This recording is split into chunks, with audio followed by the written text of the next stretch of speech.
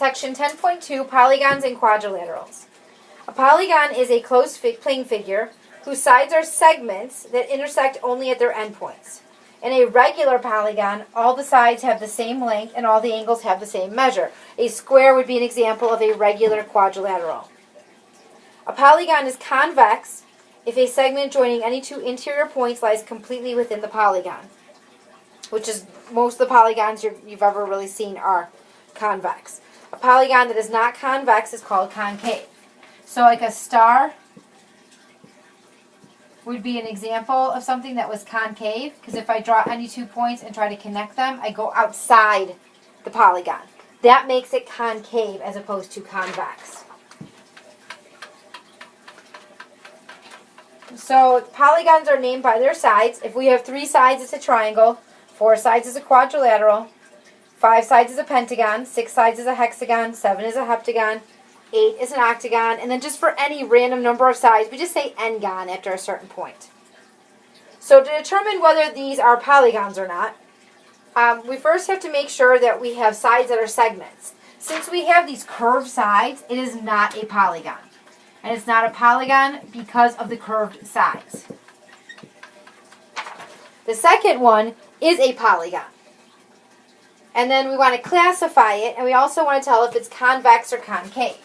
Well, no matter where I draw 2 points and to connect them, it's always going to be inside the polygon. So it is convex. It has 1, 2, 3, 4, 5 sides, so it is a pentagon. Okay, so this one here, it is a polygon because it just has line segments. If I put 2 points right there and try to connect them, I do go outside, so it is concave. And then I have 1, 2, 3, 4, 5, 6, 7 sides, so this is a heptagon.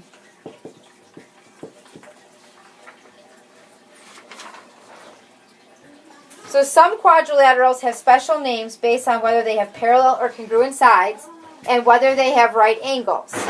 So some of our special quadrilaterals include a trapezoid, which is a quadrilateral with exactly 1 pair of parallel sides, which are called your bases.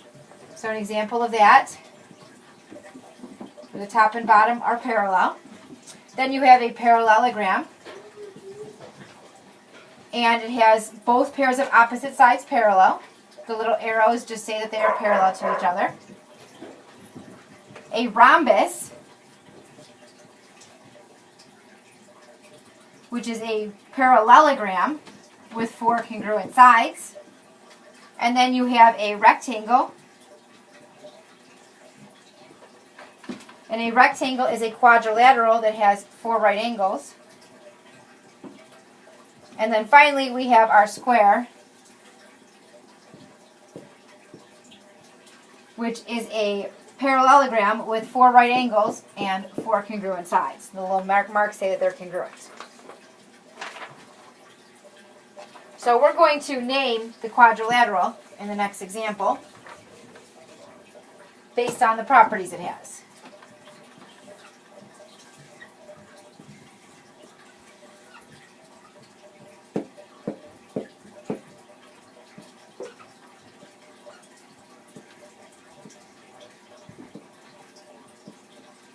Okay, so it has both pairs of opposite sides parallel, so we know it's at least a parallelogram, but then it's got all 4 sides congruent, which makes it a rhombus. We cannot say it's a square because we don't know that we have right angles.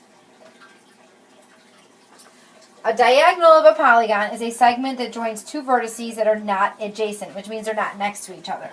So when you have a quadrilateral, for example, the diagonal would go from here to here.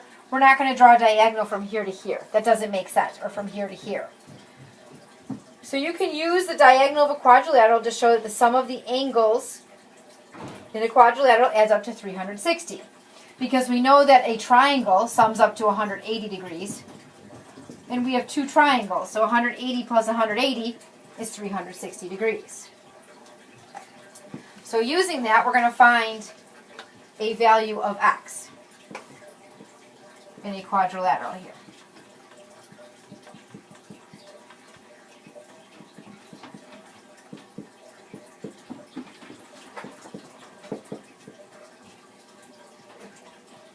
Okay, so we want to find the unknown, we want to find the value of x. So what we're going to do is we're going to add all these angles up and set them equal to 360 degrees, since the angles in a quadrilateral always add up to 360 degrees.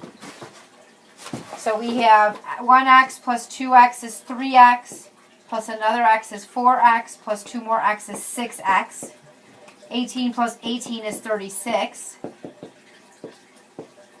And then we're going to solve this for x, so we're going to subtract 36 from both sides. So we subtract 36, we get 324. And then we're going to divide both sides by 6. And when we do, we get 54.